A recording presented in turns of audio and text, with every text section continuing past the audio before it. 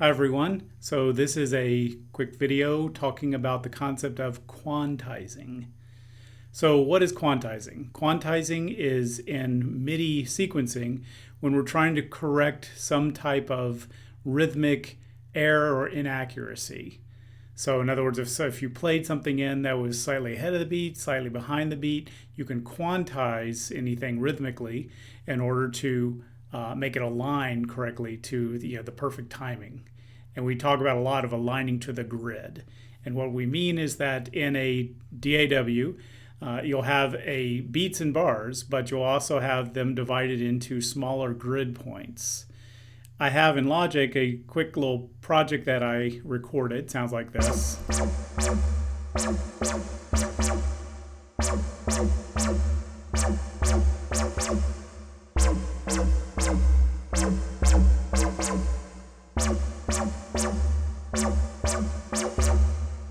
So you can no doubt feel the actual pulse, what it could be. I could, of course, turn on the metronome and we can hear that pulse.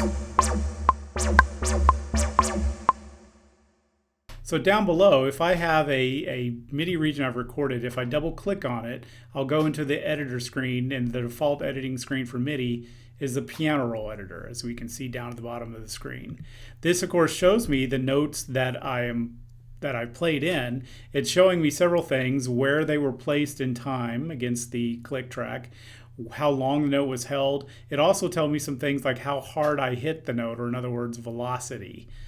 In the case of this particular one, we see that they're all the same color down in the piano roll editor, which tells me they're all the same velocity. Now that's not because I perfectly played it that way. It's because I actually used the piano or the computer keyboard to play it in. I have an option in Logic where I can bring up a keyboard that I can actually play with the A, S, D, F, G, H, J, K, L keys on my keyboard, on my computer keyboard.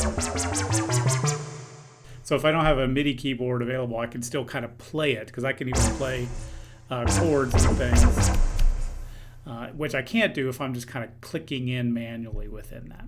So anyway, I've played this in, and you can see down the bottom in the piano roll editor how every beat is essentially a line or broken up into smaller pieces of the beat. So again, I'm turning on the metronomes on.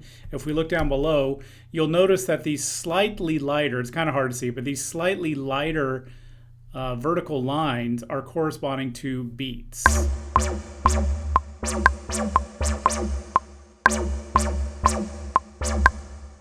If we slow that down, I'm going to slow it way down to maybe 60 beats per minute, half that tempo.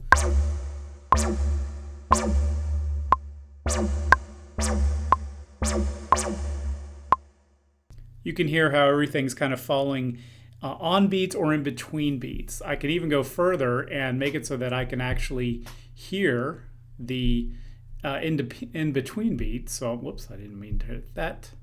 Turn that off. I'm going to go into my metronome settings, and I can actually click the division of the beat, so I can actually hear all those little divisions, in this case 16th notes.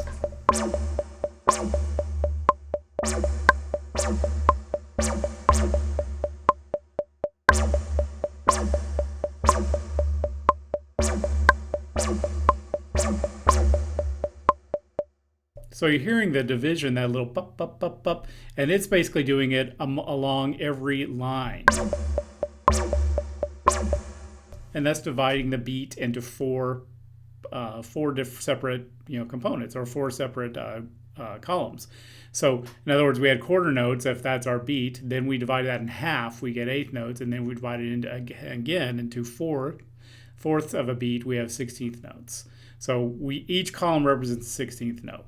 Now you'll notice that the notes that I played, they are not perfectly in time, although if you hear it, you probably think, yeah, that sounds like it's in time. You can listen to it against those clicks and the division of the beat and decide, does it sound like it's in time? And let me speed it up a little bit.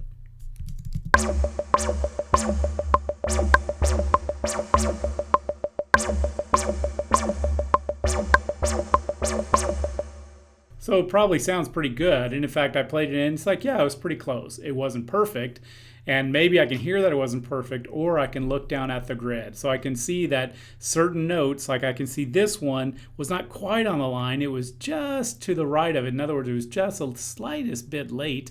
This one was just the slightest bit early. This one, the slightest bit late, slightest bit early. Pretty close, but a little bit early. This one pretty close to on time. So it's just how long does this front edge, which is where the attack happens, how close is it to one of these lines? Again, how close is it in this case to a 16th note? These three were right on a beat. There's beat 1, beat 2, beat 3. I could quantize those to the closest quarter note, but the rest of the notes need to be closer to these other lines, which are 16th notes. So I could, for example, highlight some notes, and I could down below here, I have time quantize, and I can actually say what value do I want them to be quantized to.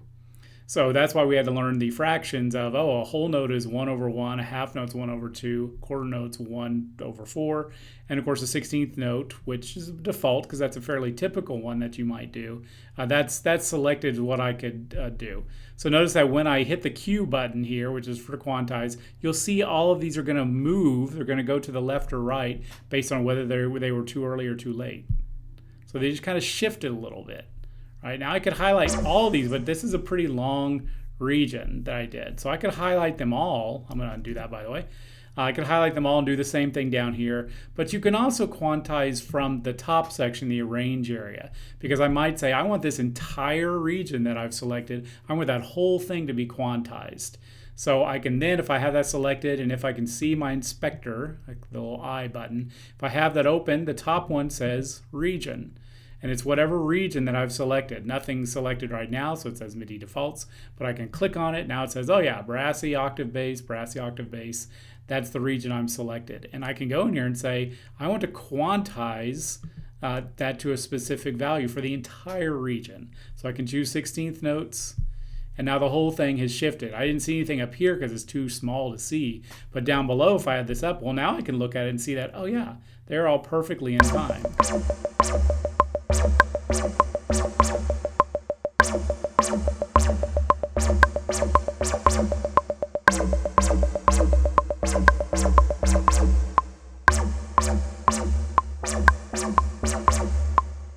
Okay, so it's really important. Some types of music, some genres, it's really important that everything is quantized. It's perfectly in time. Things like the typical electronic, like electronic dance music, those type of things, even hip hop sometimes, that you want to be perfectly in time, although you might also want to just swing a little bit, but still you want it perfectly in time.